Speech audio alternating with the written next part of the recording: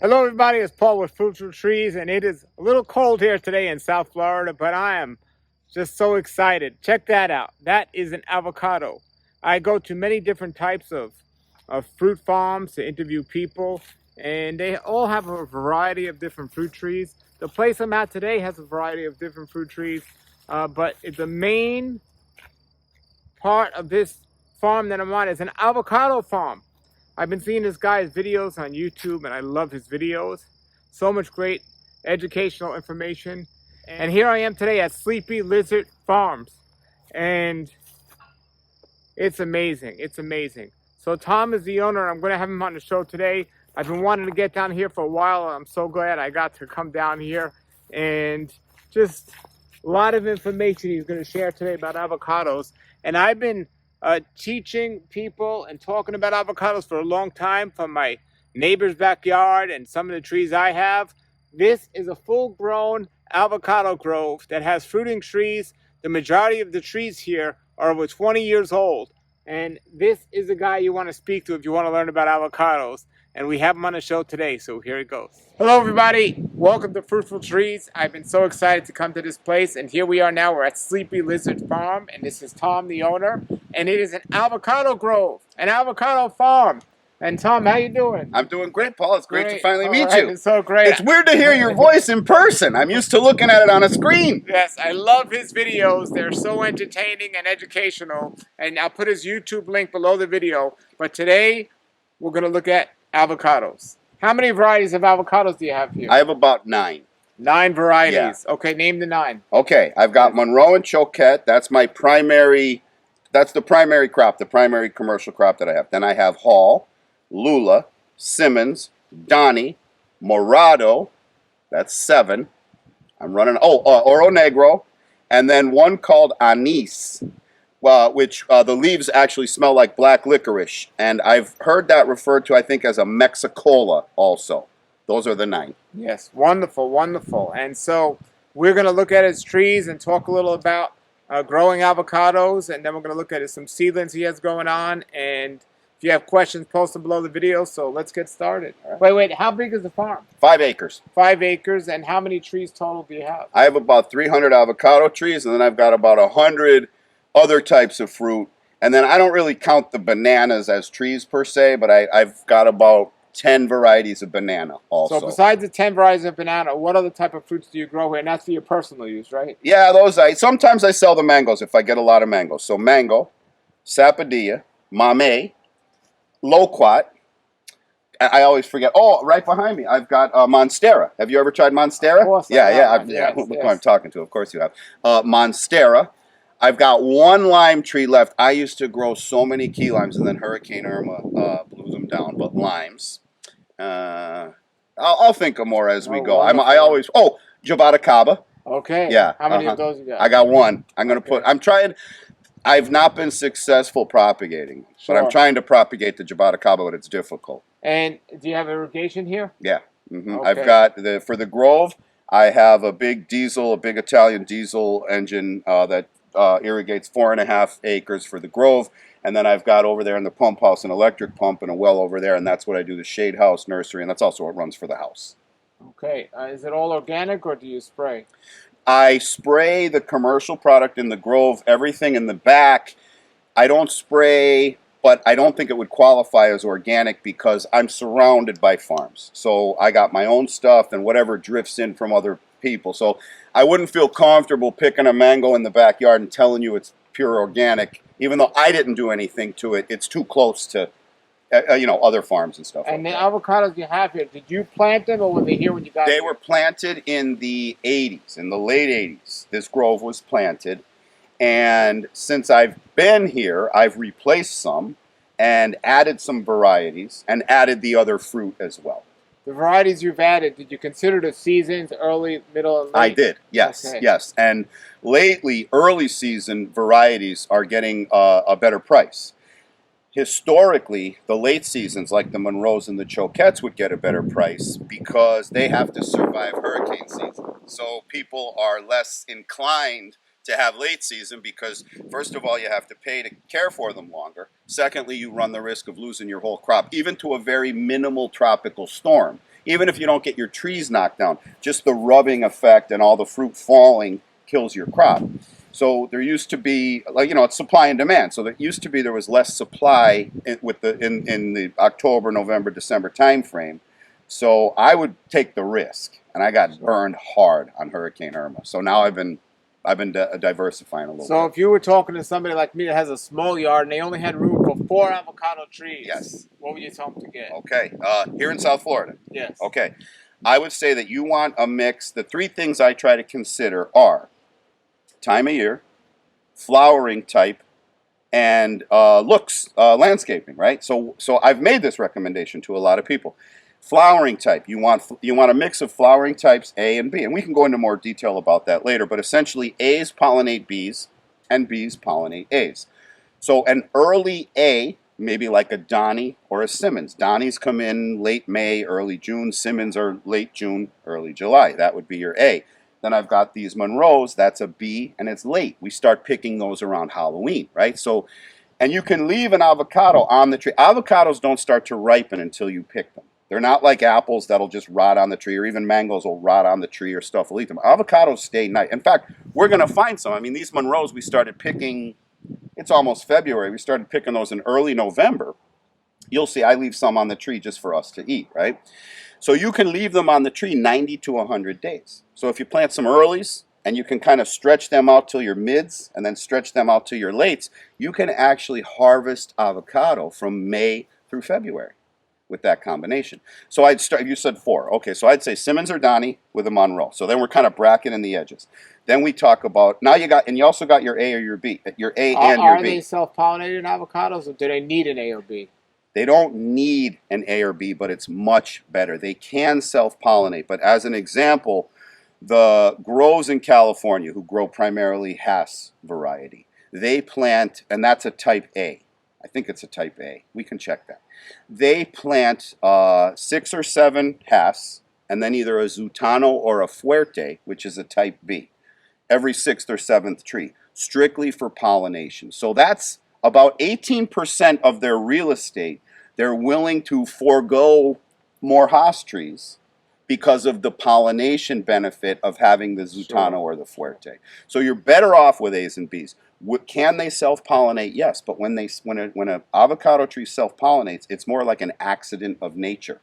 The flower opens up as male and has pollen, but the female organs are still receptive to pollen. The flower is supposed to open either as male or as female, but sometimes it opens as a little bit of both, and then the wind shakes the pollen and the flower pollinates itself. So you can get self-pollination. Okay, so that's early. So yes. What else? Okay, so then we move into more like a mid-season. There's Pollock, which is really good. Hass, which are delicious. But I usually discourage people from planting Hass because that's 95% of the commercial market. You can buy those at any supermarket. That's what you're used to. I think if you're going to plant something you can't just run down the market. Why Hass will grow well here in South Florida? Not well. You have to play with it a little bit. Okay. You know, it's not a fire and forget that you can just put in your yard. They're a little tricky. But it is a mid-season, you know, July into August. Pollock, July into August. Aru, A-R-U-E is a nice one. And then Choquette is another variety I have here. And I love the Choquette. That's also a type A because they just grow big. And they're just like a nice, shiny. And they have, I describe it as like a cashew nut flavor. I heard Julian describe as a walnut flavor the other night, which I've never heard. But I get that, you know. And so Donnie Simmons, you got your A early. Pollock, Aru, Choquette is mid to late. And then anchor it with the Monroe on the other side, or an Oro Negro or a Brogdon. And that would get you A's, B's, and you'd have them May through February. Okay, so with these avocados and when people are growing them, you're in a grove here. How high do you keep your trees, and how high do you recommend is necessary? That's a great question. And actually, why don't we take a look at the branches I have here, because it ties right into your question. Sure. And also, how far apart do you plant your tree? Well, these were planted before. They were planted, but 16 by 16. 16 by 16. Okay. You can double plant. If we went for a ride, I can show you a grove that has started out 16 by 16, and then they went in and they stuck one in between in each row.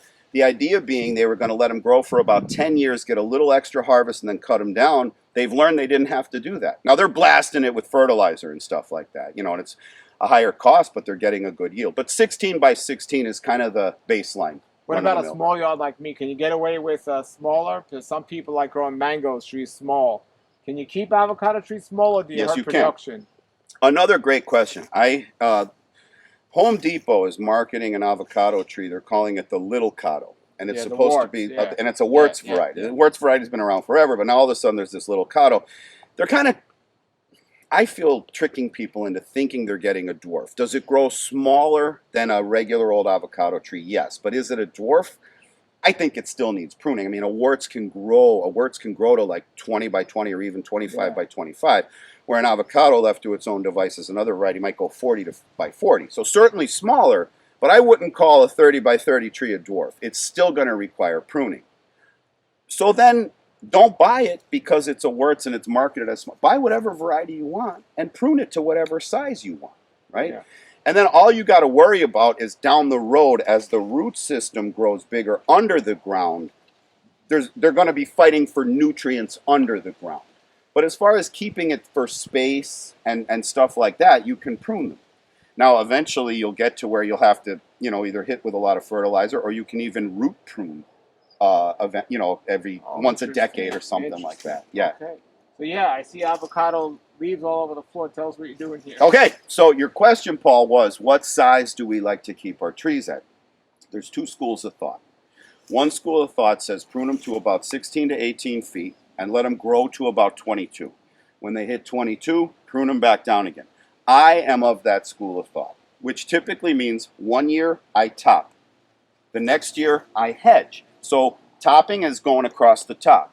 The next year I hedge, which means we alter the orientation of the blades on the machine. Have you seen one of those machines? Yes. I'm dying to drive one. They won't let me. It's got, okay, just so you guys know, it's a machine that's got a big arm with saw blades on the end of it. 24 to 36 inch saw blades. And this thing cranks up. Come right down the road. Oh my God! It sounds like a helicopter, and it would remind you of like a Jurassic Park. Yeah. Like there's just, you know, like the dinosaurs running through the grove. And so we orient it this way when we top, and just zoop. I mean, this guy gets down this row in no time. And then the following year we'll hedge, so we orient them sideways and go that way. And then the third year I do nothing. And then by that year number 4 now, I'm back to, well, it would be 1, 2. By the third year then later, I'm back to where I want to cut it down. This year we topped, and you could see here the results of that. And then we'll run a grinder over that later, and it'll disappear completely. Second school of thought says grow them 25 to 30 feet high. There's advantages and disadvantages to each. The disadvantage to what I do is I get a lower yield, right? Obviously, a smaller tree is going to give you less fruit. Yeah. On the other hand, it costs me less to spray. I don't have to put as many gallons of spray. I don't need as strong a machine to get the spray up there. It's going to cost you less in fertilizer. And actually harvesting avocados 25, 30 feet in the air is a lot harder, right? So it's harder to get at the fruit. Yep. So you get more fruit, so your revenue's higher, but your cost is higher also. Or you get, wait, where was I with that? You get more fruit with the bigger trees, right? Yeah. Okay.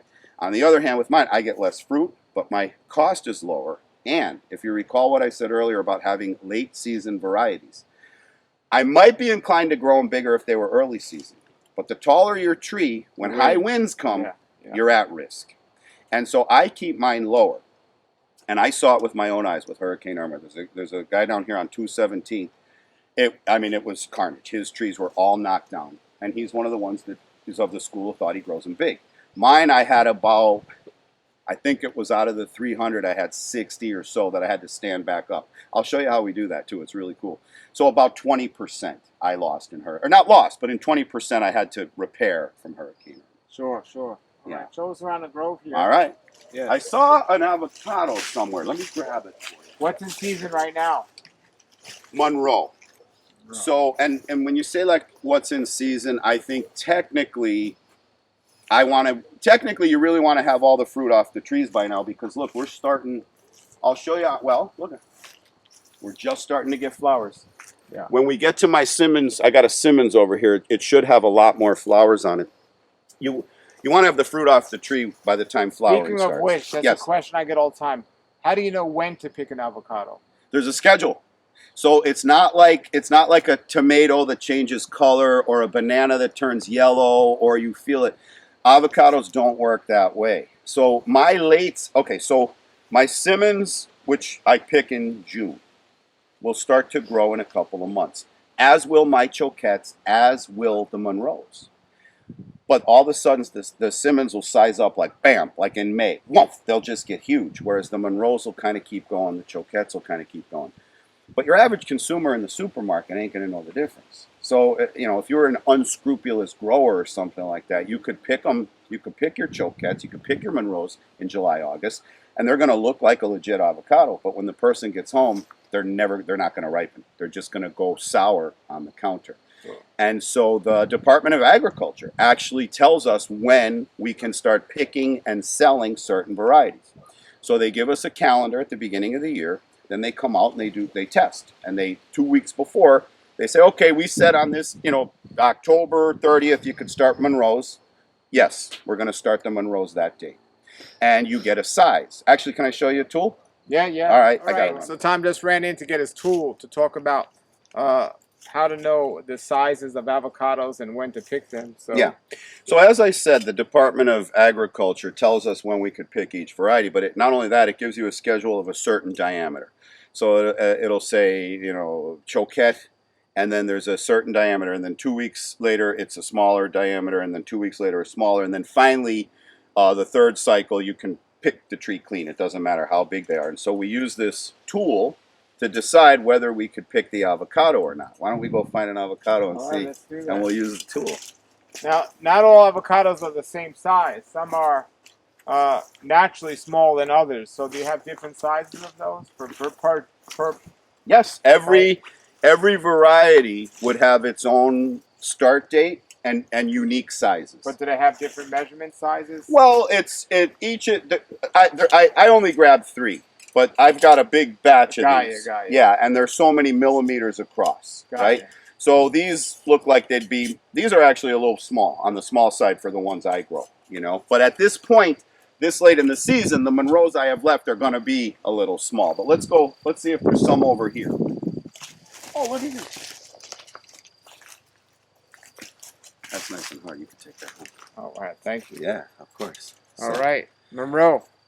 That's a Monroe. And so what we would do is, now this had already fallen off the tree because I had that machine come through here. But if this was, on the tree, we would take and let's say it had to be, I can't, I'm too old to read this thing. Okay, this is 4 1/8 inch diameter. So let's say you could pick Monroes of 4 1/8 inch diameter or bigger. It's on the tree. You just go like this.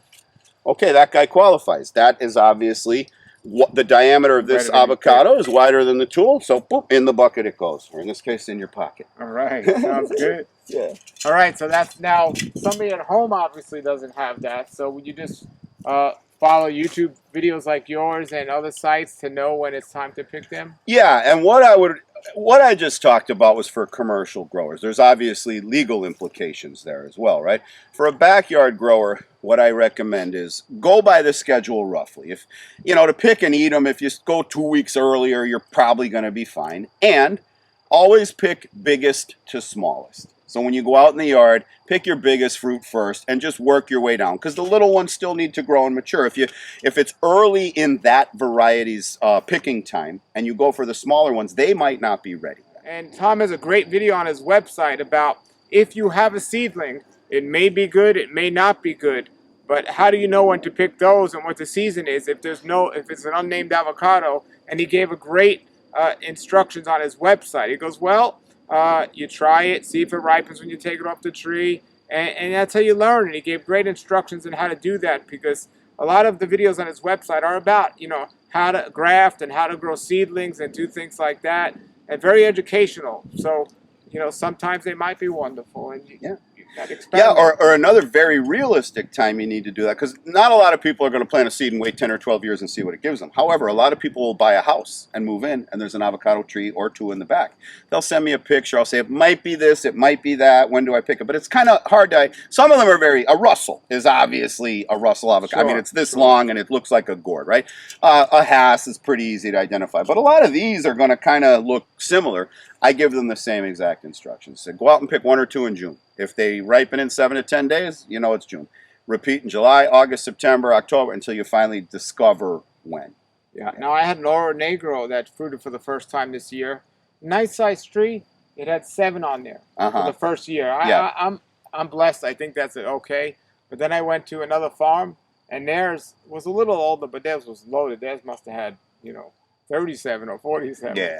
But I'm looking forward to this. This is a great thing. So show us more around here. Yeah, and I love these Monroes, because the Monroes, you get a ton. I mean, you get 200, 250 of those 1.5 to 2.5 pounds. And since we're late in the year, I mean, even though that guy does, fit in here, this is one of the smaller, because, I've already picked big to small.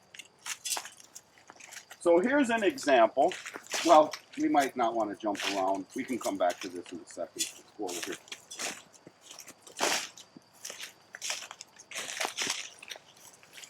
What about, tell us about diseases with avocados, because I know tell us about diseases in avocados. All right. I mean, traditionally we had diseases we dealt with, and root rot would be one, other things that could damage your tree, wind, lightning, that sort of thing. Since 2006, there's a new illness, a new sickness that made its way to America called laurel wilt. It's a fungus it's an invasive fungus that rides on the neck of an invasive beetle. And when that beetle burrows into your tree, if it's carrying the fungus infects the tree. And the way a tree protects itself, Paul, is, as I'm sure you know, is when it feels like, this part of it itself is sick, it cuts nutrients to that part of itself. So that branch will just break off and die. This laurel wilt moves so fast that the tree cuts right down to the stump. And the tree ends up sort of killing itself trying to fight the disease. The problem is these trees are all planted, they were mainly planted in a trench. So you dug a big trench this way, you put your trees in, you dug a more shallow trench this way, and that's where you put your irrigation. The roots have grafted under the ground, and the fungus spreads from tree to tree under the ground. So the initial vector of infection is this ambrosia beetle. Once it gets in your trees, it travels. So every now and then, I've got to yank out a whole section, like we see here, this gap. So I think it was like this tree got infected, and I took it out. No, I'm sorry. It was where there's this little hole here. I noticed a sick tree. I took it out. I came back out a couple months later. I saw this one was sick as well. So I said, you know what? I'm taking this one, and I'm taking the one next to it, just to be on the safe side. And I did the same thing going in the other direction. And then instead of planting avocado trees, I planted mango to serve as like a fire break. So if these trees down here or those trees there start getting sick, it'll spread, but it will stop at the mango. My other reason, mangoes are delicious. So is that the way to stop it? The only known way? We don't know. We're learning. Yeah. We don't know. We're trying all kinds of different things. Would it have been different if you had like a tree here, and if they weren't as organized? Would it help at all? I think the fact that these were were planted in trenches made it so the root grafts happened a lot easier. The roots were just able to kind of find each other easier since they were all planted in a trench. But I'm sure there's cases of root grafting, laterally also across the rows. So no, I don't think so. And really at this point, it's everywhere. The beetle is everywhere. So even if he hits a tree over there and I take care of him, a couple months later, I'm going to find one over here. And it's further complicated by some people are just investing in the land. They don't really take care of their trees. And it's a breeding ground for the darn beetles. And how much of a concern is it? Just in this area locally, or is it worldwide? It started in Savannah and started working its way south. It killed over 500 million trees in the state of Florida, the Red Bay trees. 500 million trees. Wow. Then it got here, and we discovered it's affecting avocado trees. Now it's been moving west, and it's affecting, gosh, what's it? Sorghum, is that a? No, that's out in the ocean, right? There, whatever the heck it is, it's affecting But it some. doesn't affect other fruit trees. Too many others. None that we know of. Yeah, no, Okay. but it's affecting other crops, and it's been found in Louisiana and Arkansas.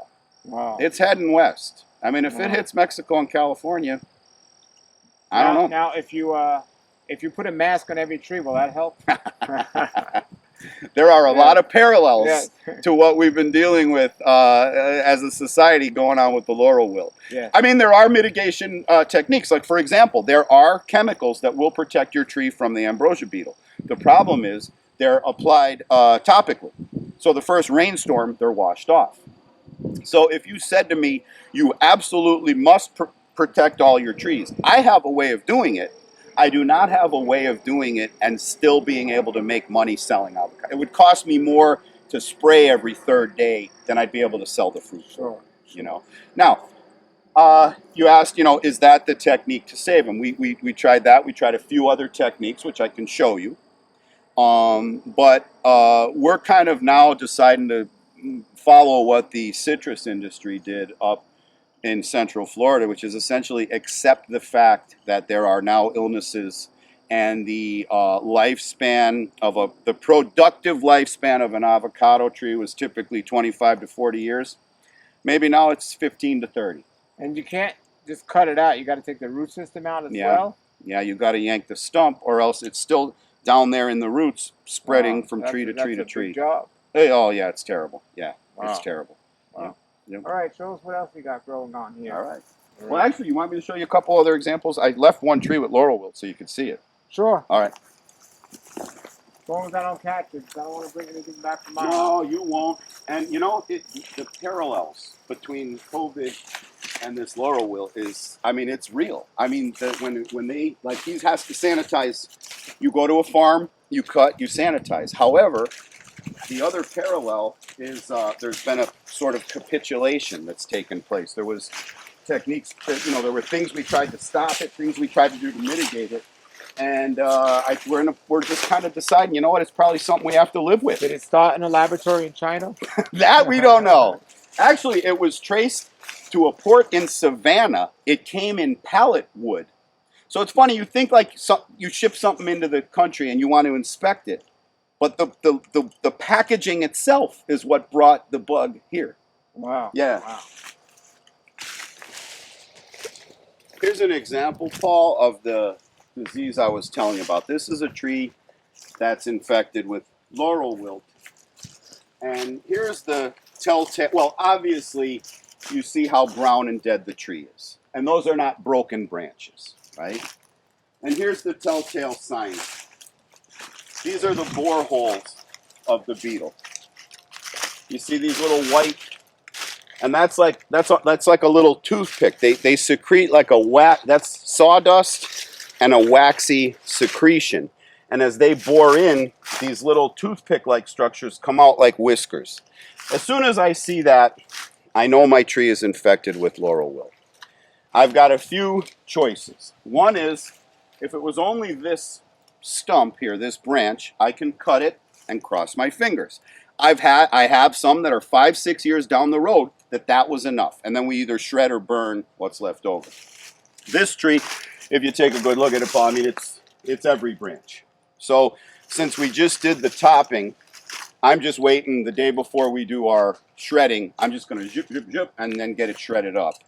And then you got to take the stump And out. then I've got this stump and a few others. So how quickly do you act on it? Like Instantly, as soon as I see it. When did you notice this? I noticed this when I got back from the holidays. And the only reason I didn't go get my chainsaw right then and there and do it was because I knew I need to get trucks up and down the row here to do the topping, and this crap would all be in the way. So once you get this out and the stump out, you don't want to just keep it laying around. You got to burn it or shred it. Burn it or shred it. Burn it preferably. Even shredding it, it's still an issue, right? It's still an issue, but it's better than nothing.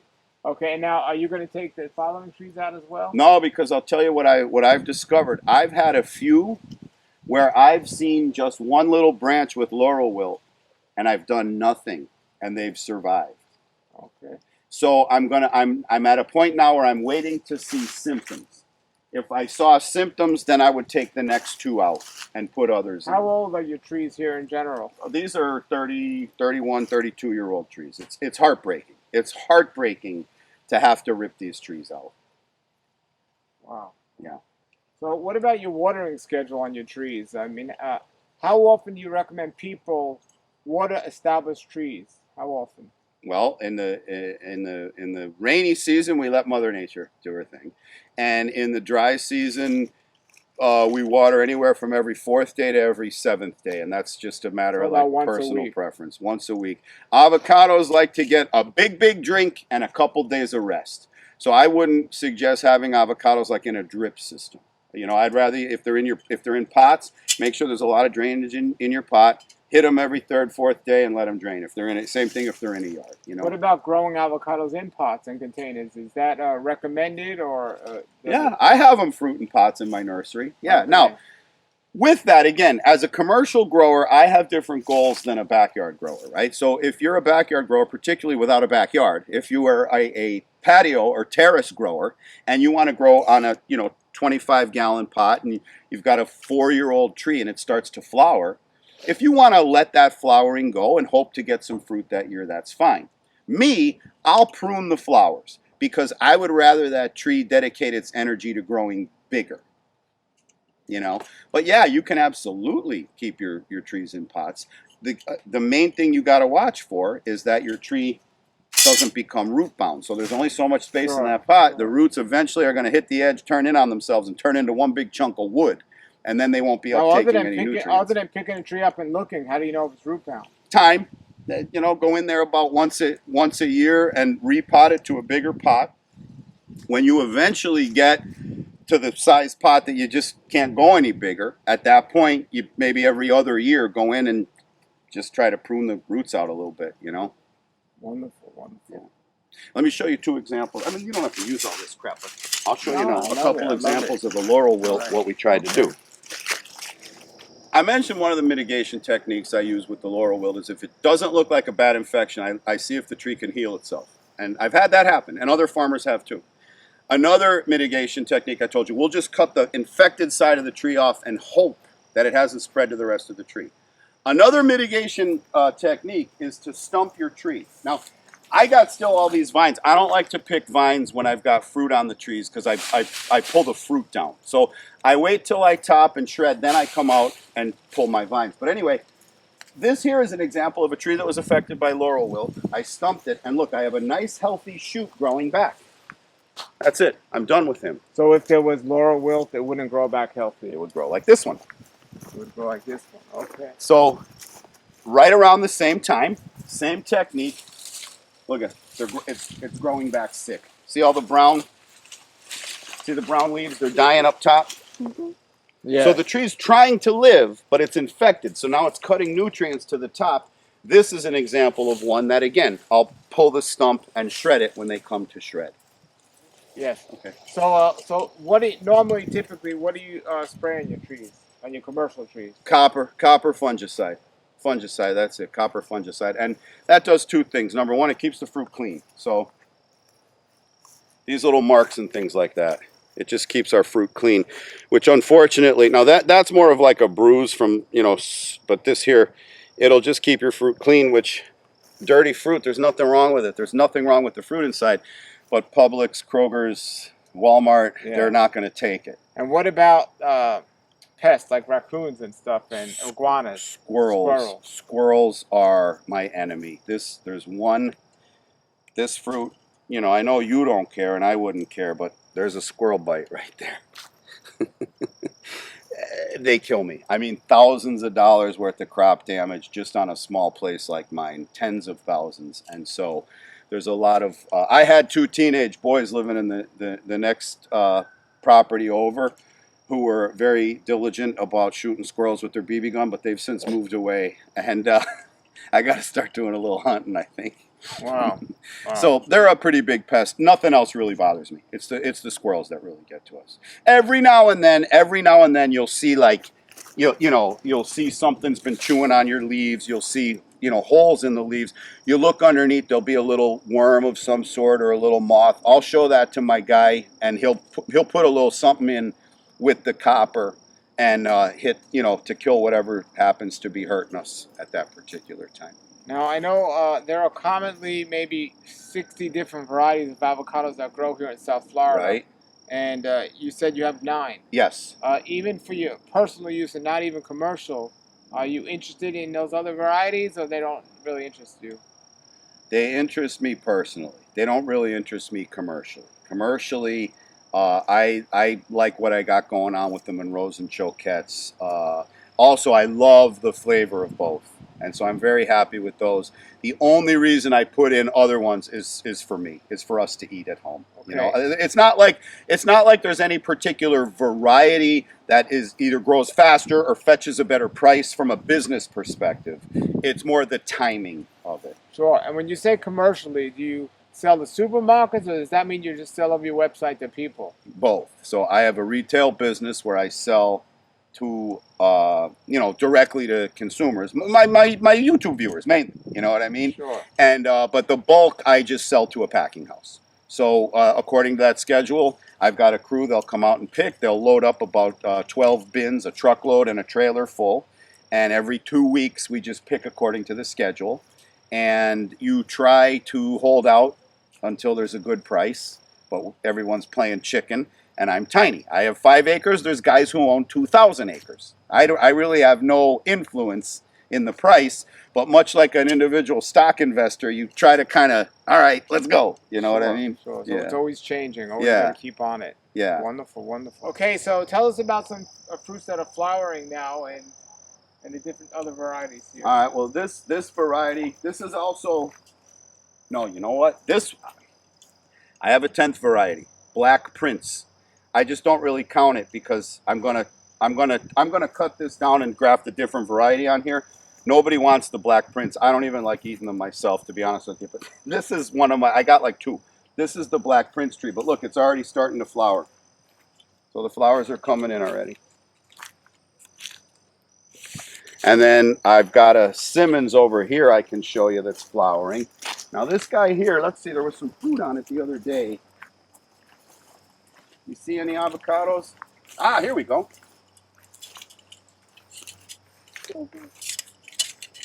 So here's an example. This one, if it was that time of year, wouldn't have made the cut. We'd have to leave it. But we're already in the end of the year. So what is that? That's a Monroe.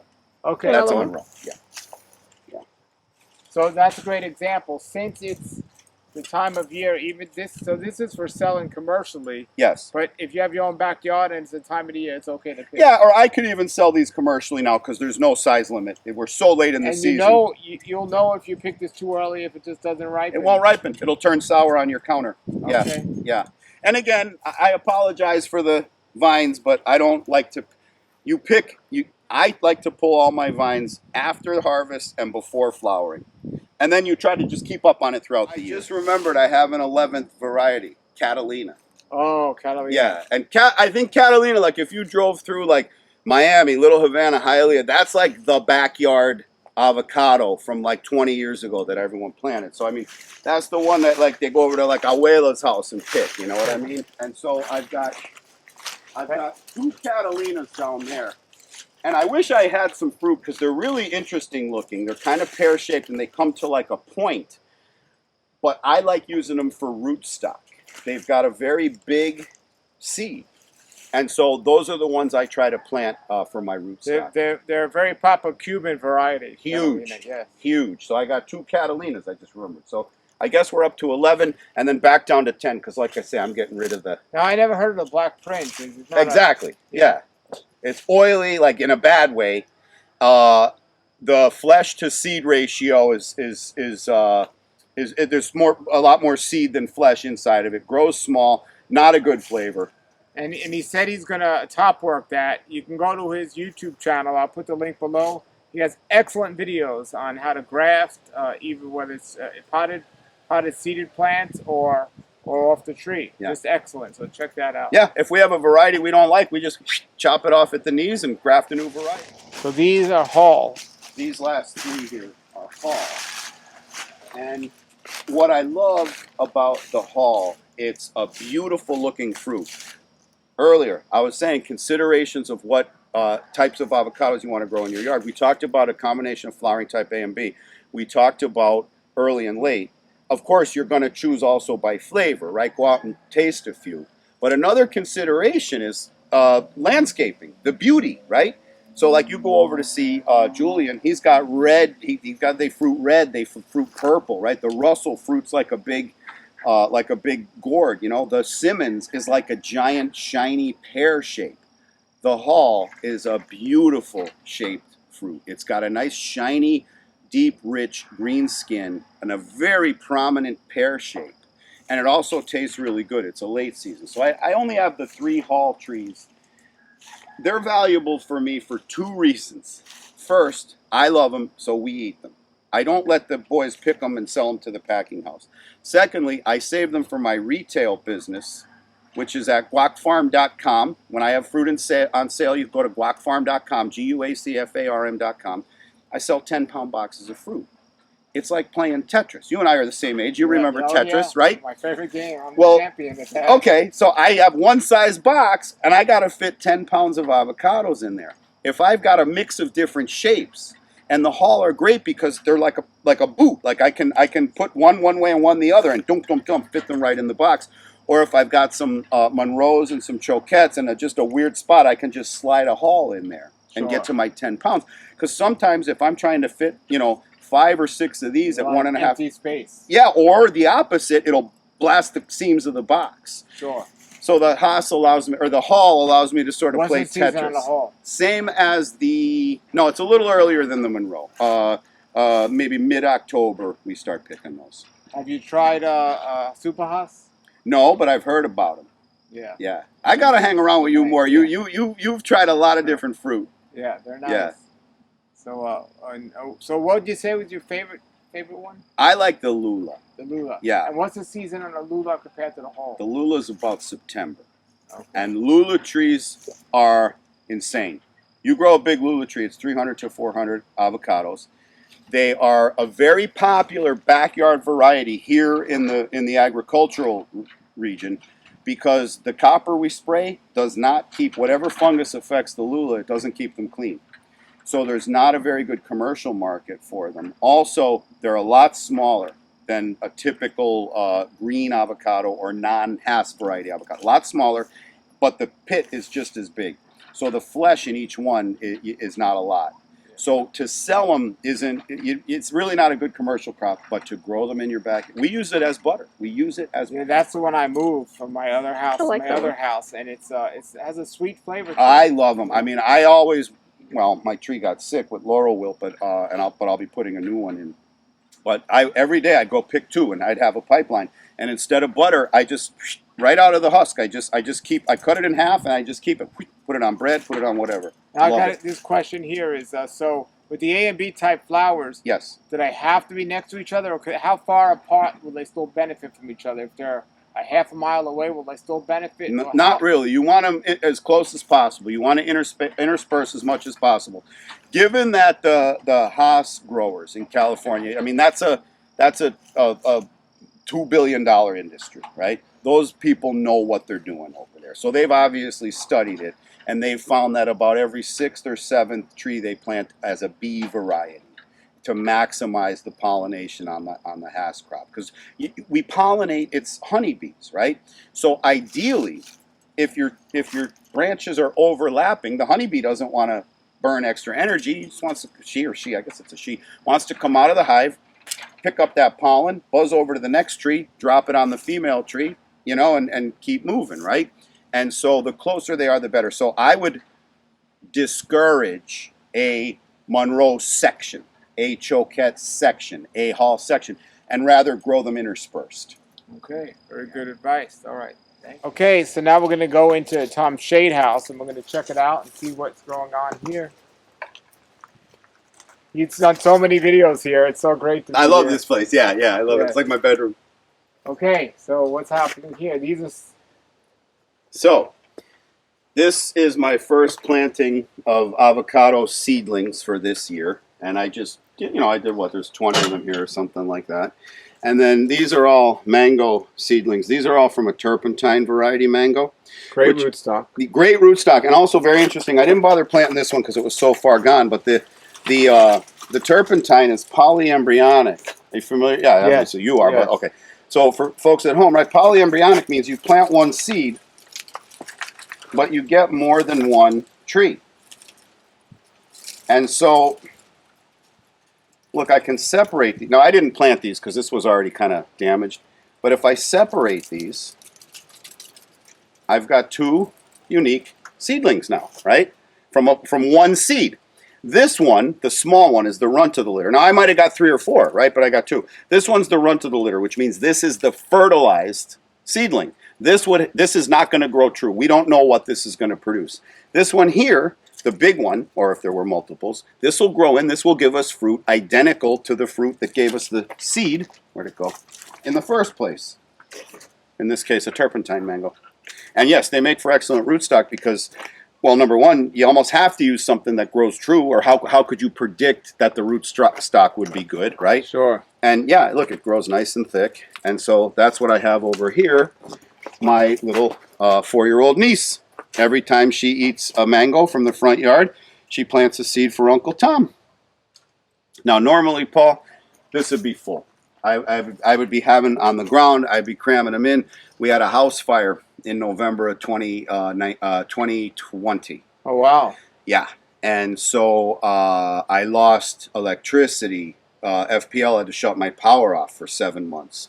So I couldn't run the pump, and I had no way to replenish all the tree stock I had sold off. So I'm just this week getting started. And then you get the power turned on, but now you got to wait for the crop to come in 2021 and then wait for the seeds. And so now I'm just slowly rebuilding.